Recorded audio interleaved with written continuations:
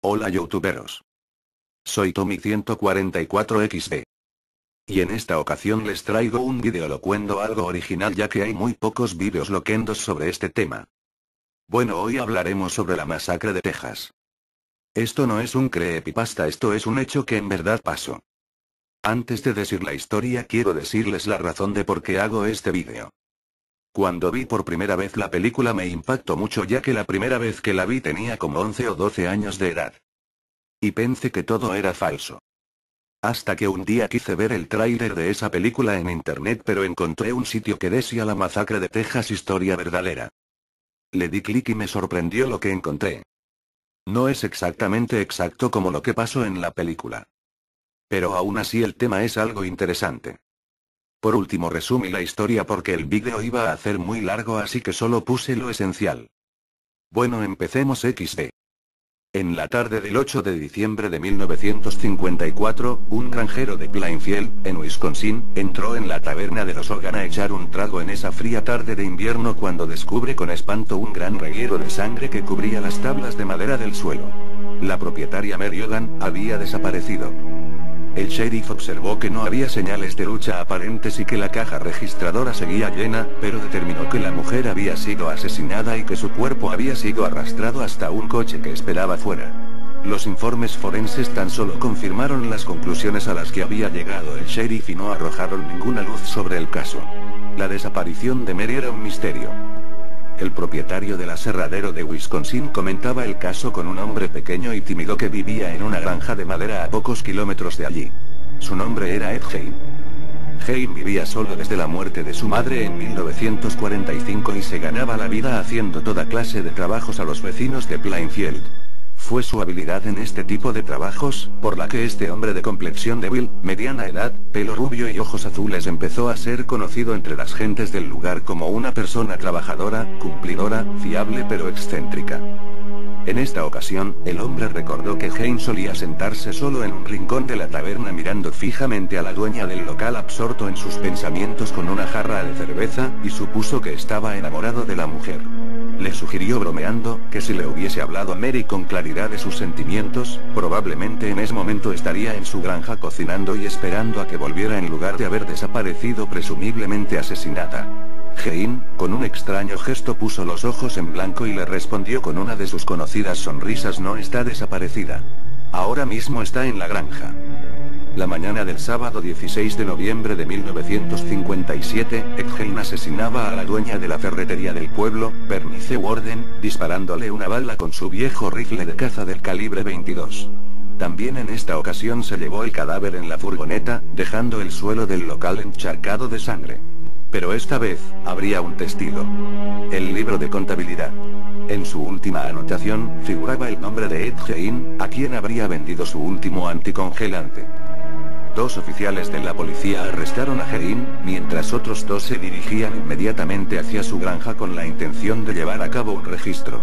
Al pasar dentro, el sheriff sintió como algo le rozaba el hombro, y al volverse se topó con un cuerpo decapitado de mujer con un profundo agujero en el estómago que colgaba del techo. No había duda que el causante de ese terrorífico espectáculo era una persona enferma. Era difícil de creer que un ser humano pudiera vivir allí. Por todas partes se veían montañas de basura y desperdicios, cajas de cartón, latas vacías, herramientas oxidadas, excrementos, revistas pornográficas, de terror y de anatomía humana, chicles pegados en las tazas y una dentadura sobre el mantel de la mesa. Una inspección más detenida reveló que una de las sillas de la cocina estaba hecha con piel humana, como las pantallas de las lámparas, las papeleras, las fundas de los cuchillos e incluso alguna prenda de vestir, como un chaleco o un cinturón formado con pezones humanos. Había decorado el interior de su casa de madera con esas máscaras confeccionadas con tiras de piel procedentes de auténticos rostros humanos y con los cráneos colgados de las columnas de su cama. La única habitación de la casa que parecía normal era una sellada con tablones en la puerta y perfectamente ordenada. La de su madre. Desde que su madre muriera en 1945, 12 años antes, la habitación había estado cerrada con clavos como un sepulcro. Ed explicó a la policía después de su detención que después de su fallecimiento, su madre se mantuvo en contacto con él durante más de un año, hablándole mientras se adormecía. Hein declaró que tan solo recordaba, muy confusamente, haber matado a Bernice Warden, y que los demás restos humanos que se habían hallado en la granja pertenecían a 9 cadáveres que había sacado del cementerio. Explicó que en los últimos años sentía de vez en cuando la necesidad de profanar tumbas, y que en algunas ocasiones incluso conocía a las víctimas en vida y se enteraba de sus muertes leyendo los periódicos. Luego, en la noche del entierro, se dirigía al cementerio, sacaba el cadáver y rellenaba de nuevo la tumba. Eso lo pudo comprobar la policía más tarde, cuando al exhumar las tumbas, algunas de las que Hein había dicho, se encontraban vacías. Muchos de los objetos domésticos y muebles que se descubrieron a raíz del arresto de Hein, procedían de las profanaciones de tumbas. Unas veces arrastraba cadáveres enteros hasta su casa, otras cortaba las partes más interesantes y se las llevaba como recuerdo. El 30 de marzo de 1958 la casa de Hein fue arrestada, después de correrse el rumor de que estaba destinada a convertirse en una atracción para turistas como la Casa de los Horrores. De todas formas, su camioneta Ford sobrevivió y se vendió en una subasta pública para ser utilizada en ferias locales con un letrero que anunciaba el coche de Ed Gein. Vea el coche que transportó a los muertos de las tumbas. El caso de Ed Gein es, desde un punto de vista médico, uno de los más complejos de la criminología. Voyerismo, fetichismo, travestismo y puede que necrofilia, integraban su personalidad.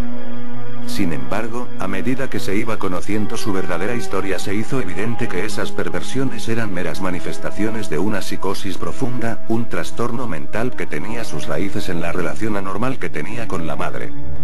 Ya que de niño, buscaba el amor de su madre de manera obsesiva, que le era negado una y otra vez, fue así como en su mente se desarrolló una nueva personalidad, una que odiaba a la mujer. Hein murió por insuficiencia respiratoria el 26 de julio de 1984, tras décadas de reclusión en una unidad psiquiátrica, donde resultó ser un paciente modelo. En la actualidad, sus restos descansan en el cementerio de Plainfield, al lado de los de su madre. Bueno amigos, eso es todo. No olvides suscribirte y dejar tu comentario. Adiós y hasta mi próximo vídeo.